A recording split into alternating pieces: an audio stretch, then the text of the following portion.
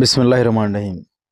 حضرت عائشہ صدیقہ رضی اللہ عنہ سے روایت ہے کہ نبی کریم صلی اللہ علیہ وسلم جب 2 رکعت فجر کی سنت پڑھ چکے تو اس وقت اگر میں جاگتی ہوتی تو آپ صلی اللہ علیہ وسلم مجھ سے باتیں کرتے ورنہ لیٹ جاتے۔ صحیح بخاری کی حدیث ہے۔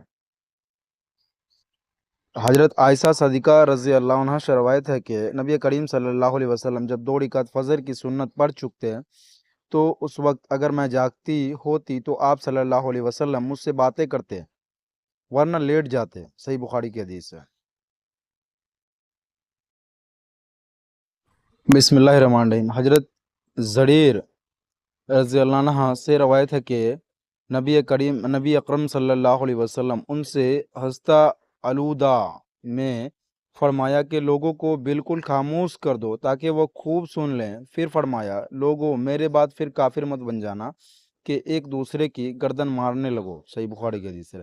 حضرت جریر رضی اللہ عنہ سے روایت ہے کہ نبی اکرم صلی اللہ علیہ وسلم نے ان سے ہستہ آلودہ میں فرمایا کہ لوگوں کو بالکل خاموش کر دو تاکہ وہ خوب سن لے۔ پھر فرمایا لوگوں میرے بعد پھر کافر مت بن جانا کہ ایک دوسرے کی گردن مارنے لگو۔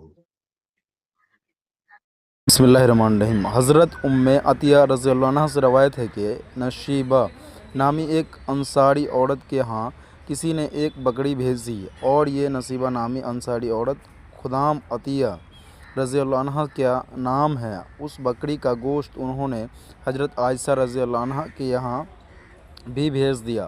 پھر نبی کریم صلی اللہ علیہ وسلم نے ان سے دریافت کیا کہ تمہارے پاس کھانے کو کوئی چیز ہے؟ عائشہ رضی اللہ عنہ نے کہا کہ اور تو کوئی چیز نہیں، البتہ اس بکری کا گوشت جو نصیبہ رضی اللہ عنہ نے بھیجا تھا وہ موجود ہے۔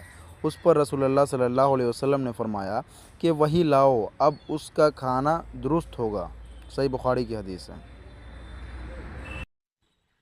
بسم اللہ الرحمن الرحیم۔ حضرت عبداللہ بن عمر رضی اللہ عنہ سے روایت ہے کہ ان کا بیان تھا کہ میں نے رسول اللہ صلی اللہ علیہ وسلم سے وادی عقیق میں سنا، آپ صلی اللہ علیہ وسلم نے فرمایا تھا کہ رات میں میرے پاس میرے رب کا ایک فرشتہ آیا اور کہا کہ اس مبارک وادی میں نماز پڑھ اور اعلان کر کے عمرہ حج میں شریک ہو گیا ہے۔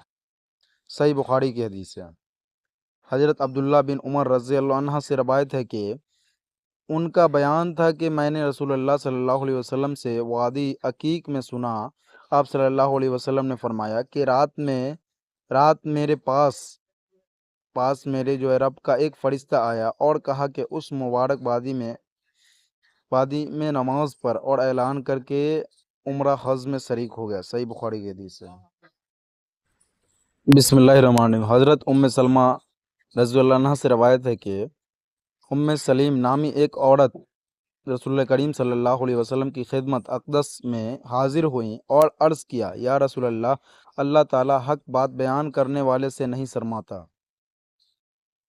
اس لیے میں پوچھتی ہوں کہ کیا احتلام سے عورت پر بھی غسل ضروری ہے؟ آپ صلی اللہ علیہ وسلم نے فرمایا، ہاں، جب عورت پانی دیکھ لے یعنی کپڑے وغیرہ پر منی کا اثر معلوم ہو۔ تو یہ سن کر حضرت ام سلمہ رضی اللہ عنہا نے شرم کی وجہ سے اپنا چہرہ چھپا لیا اور کہا، یا رسول اللہ، کیا عورت کو بھی احتلام ہوتا ہے؟ آپ صلی اللہ علیہ وسلم نے فرمایا، ہاں، تیرے ہاتھ خاک آلود ہو، پھر کیوں اس کا بچہ اس کی صورت کے مشابہ ہوتا ہے، یعنی یہی اس کے احتلام کا ثبوت ہے۔ صحیح بخاری کی حدیث ہے۔